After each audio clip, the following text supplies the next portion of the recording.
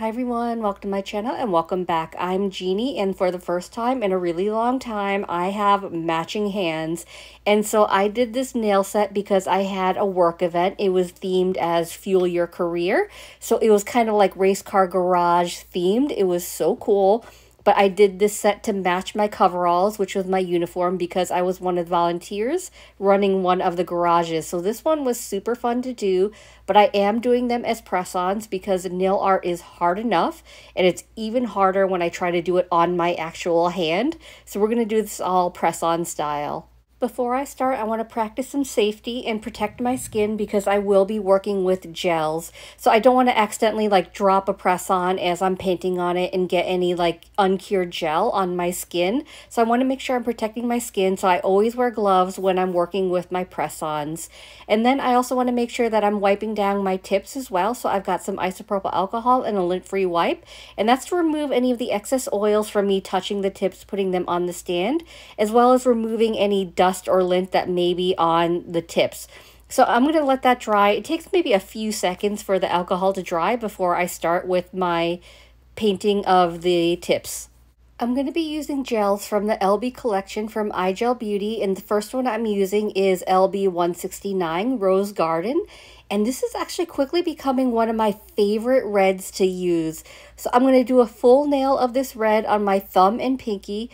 But this red, so it's a little bit deeper than a bright red, but it has sort of like a frosty finish to it, but it's not so frosty that it looks streaky. It's just got a very slight frost to it when you look at it closely. But I just love this red. I just think it's so beautiful.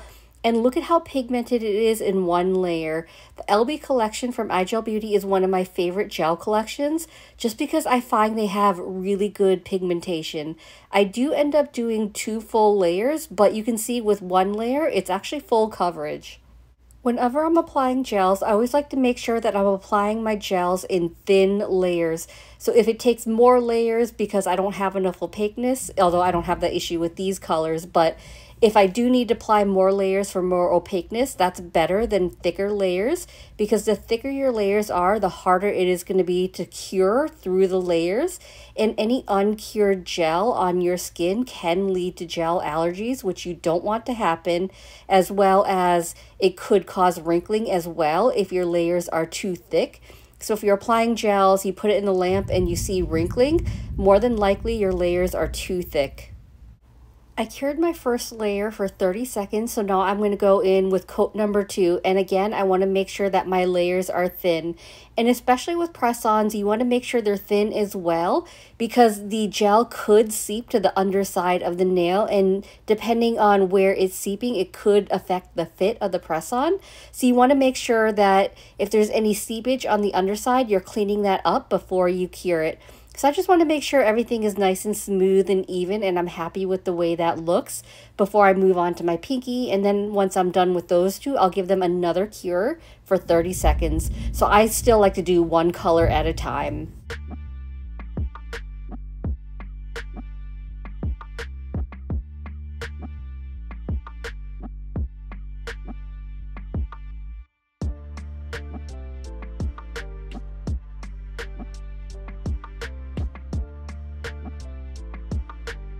I cured my second layer for 30 seconds, and now I'm going to go ahead and just top coat them and call them done. And the reason I'm doing this is because gel leaves a tacky layer, and if I just waited till the end to top coat all my nails at once, which I could have done, but because there's that tacky layer, if there's any lint or dust or anything floating around in the room, it could stick to that tacky layer. So instead of let it just sit there with that tacky layer, I decided to go ahead and just top coat it so I didn't have to worry about that. And I'm using my iGel Beauty No Cleanse top coat, and if you haven't used this gel top coat, provided you're okay with HEMA, because it does have HEMA in it, but this top coat is so shiny and one of my favorite gel top coats to use. I like it because of the consistency of it. It's not super thin, but it's not really thick either, so it's a really great consistency. So now that I've got my top coat on, I'm just going to flip them down upside down for maybe about 10 seconds to make sure it's level, and then I'm going to cure it for a full 60 seconds. Next, I'm going to work on my middle finger and ring finger, and I'm starting with LB01 Chalk White. And so this is going to go on my middle finger where I'm going to do the checkerboard design, but I don't want to go straight in with the design. I want a base layer of that white first, and then I will do the design on top of that. So as you can see, this white is super opaque. It's one coat coverage, and because of that, I have to be really careful to make sure, especially a white, is really thin because of the opaqueness of it. I could have a hard time curing, or not I'm not curing it. My lamp could have a really hard time curing all the way through the opaqueness of it. So I just want to make sure that it's nice and thin. I decided to try to save a little bit of time, so I haven't cured the white yet. I'm going to go ahead and do my ring finger in LB90 Dynamic Black. And same thing, super opaque. I'm telling you, these LB gels are so good. They're some of my favorite gels from iGel Beauty. I love how opaque they are, and they just apply so evenly and so smoothly. I never really have any issues with them. So I definitely highly recommend them if you're looking for good, inexpensive gels. I went ahead and cured those for a full 60 seconds just to make sure they were fully cured. I did a second layer off camera, so those are curing. And while those are curing, I'm going to go ahead and work on my index finger. So my index finger, I'm going to try to do a French nail with the checkerboard design. So I've got this liner brush from the Painted Desert. I love these liner brushes because they are so thin. I believe this is the 12 millimeter. So I just put some of that chalk white onto my resin palette, and I'm going to pick up some of that paint with my liner brush. And to try to do the French, I'm going to start at the free edge of the nail, and I'm going to draw a straight line across from a little lower than where I want my French tip design to stop. And so I'm going to start with that. And then I'm just going to draw like a line from where the center is down to the free edge, because I have a really hard time visualizing the center because it's going to be filled in anyway. It's not going to really matter. And then from that center line, I'm going to sort of draw up towards that sidewall to kind of create that tapered in lick towards the center, I guess. I don't know if I'm explaining that right, but I just want to start from the center of that nail where I have that middle line and then draw upwards to kind of create that French look. I'm describing this horribly. I'm so sorry. I'm still a little sick too, if you can't tell from my voice.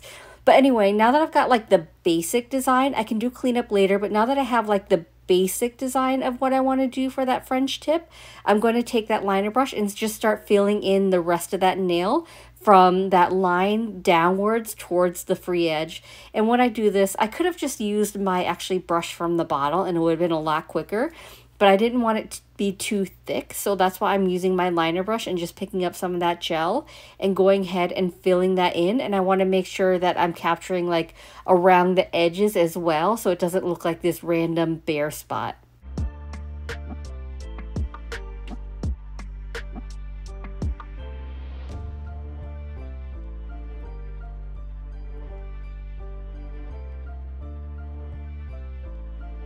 I haven't cured this yet because I want to clean up the shape a little bit before I cure it. So I've got some isopropyl alcohol in my cleanup brush. And so I just put just a little bit of alcohol on the brush. I dabbed off the excess because I don't want too much, because I want to be really careful not to remove too much. My goal really is just to crisp up the shape a little bit and just make it a little bit of a deeper French line rather than having it kind of, not shallow, a little too straight of a line. I want a little bit more of a curve. So I'm just going really slowly, making sure I'm just removing a little bit of gel. I just want to do a little bit at a time to make sure that I don't remove too much, because it's a lot harder than it looks to try to draw a French line. So I'm just doing a little bit cleanup here and there. I definitely want to make sure that I'm not putting too much alcohol on my cleanup brush because I don't want it to drip on the gel and make it run. I just want to clean up a little bit of that area. And then once I'm happy with that, I'm going to give it a full cure for 60 seconds.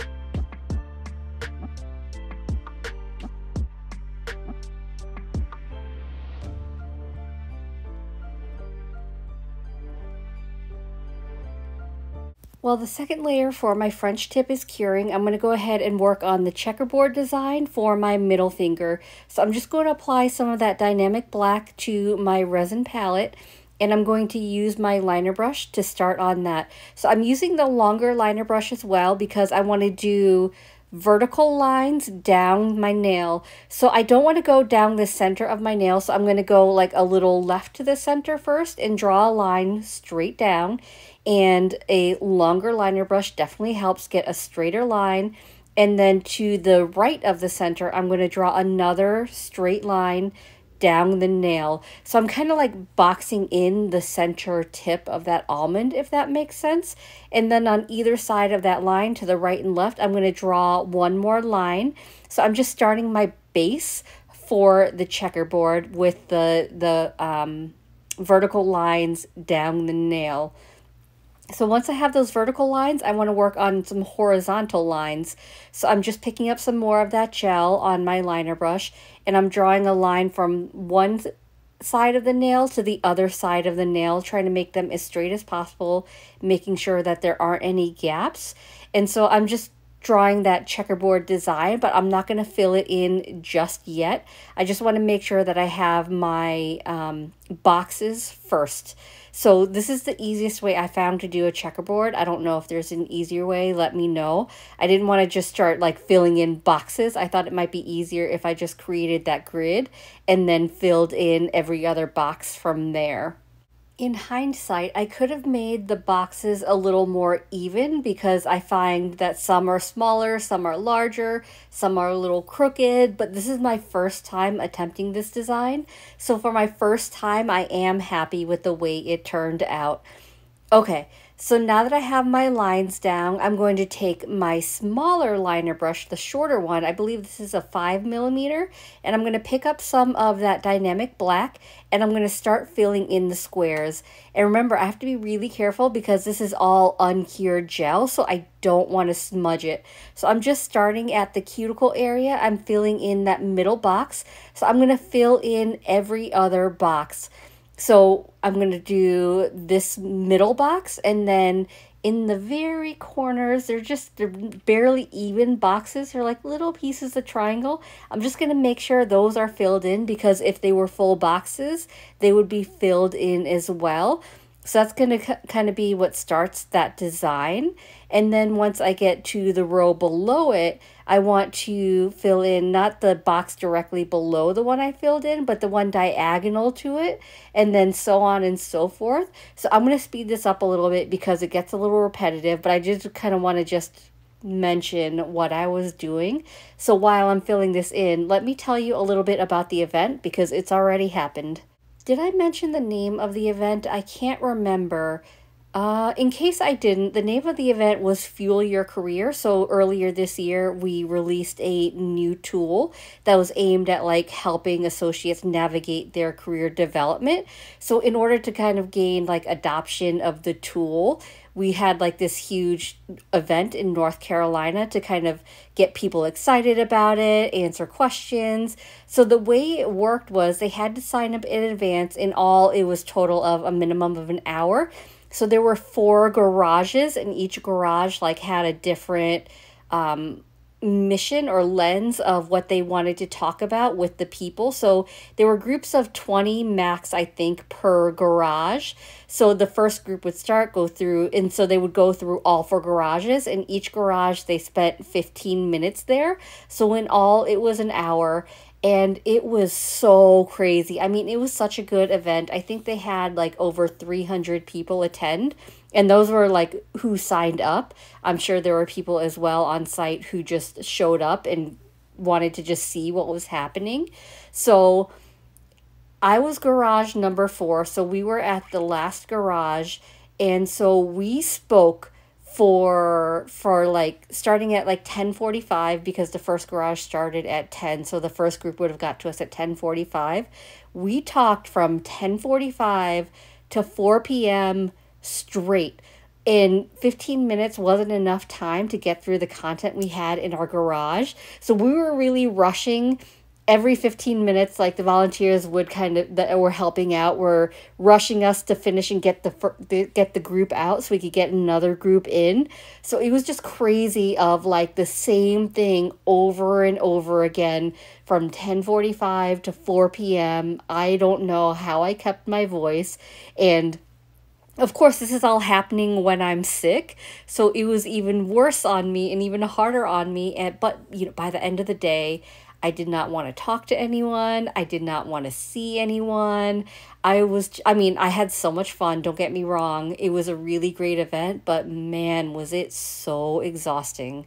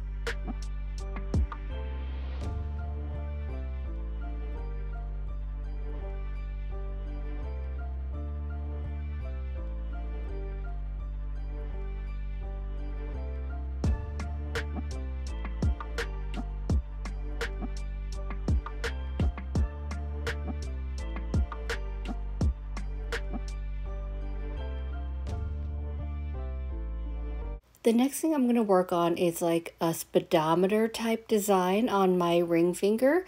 And it looked really easy. And let me tell you, this was a lot harder than I thought it would be.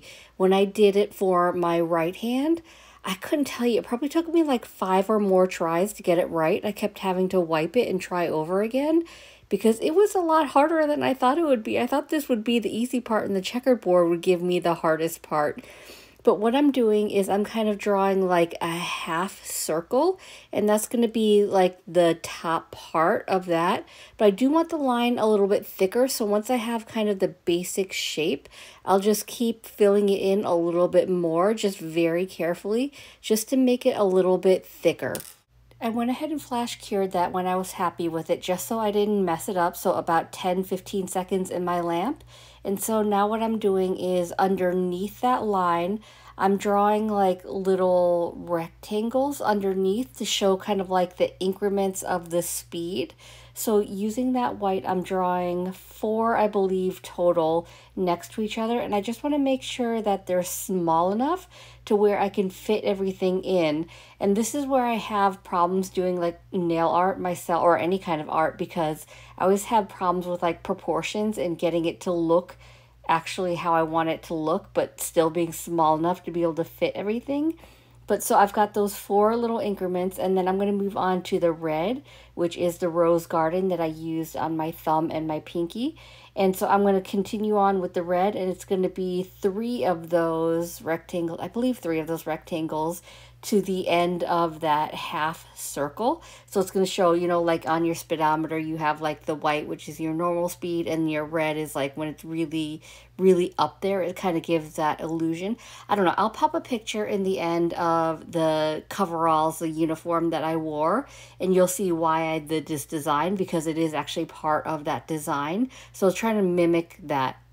I gave that a full cure for 60 seconds, and so now we're going to get into top coat, and then we'll be all done. So breaking out my No Cleanse Gel top coat again. So I'm going to top coat the rest of my nails. I've already done the red nails, but now I want to top coat the rest. I'll turn it upside down for about 10 seconds to make sure everything's fully level, and then I'll give it a full cure for 60 seconds.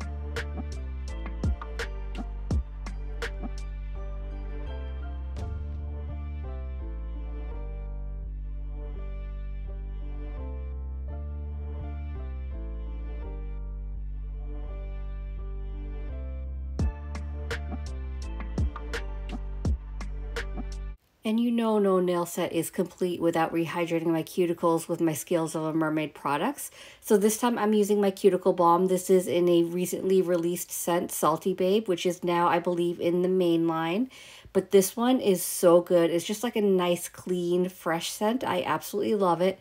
And because I just applied my press-ons using sticky tabs, I didn't want to apply an oil to it and risk loosening up those tabs. I wanted to at least give them a good while to make sure they're adhered properly. So the balms are really perfect for this, and also very moisturizing.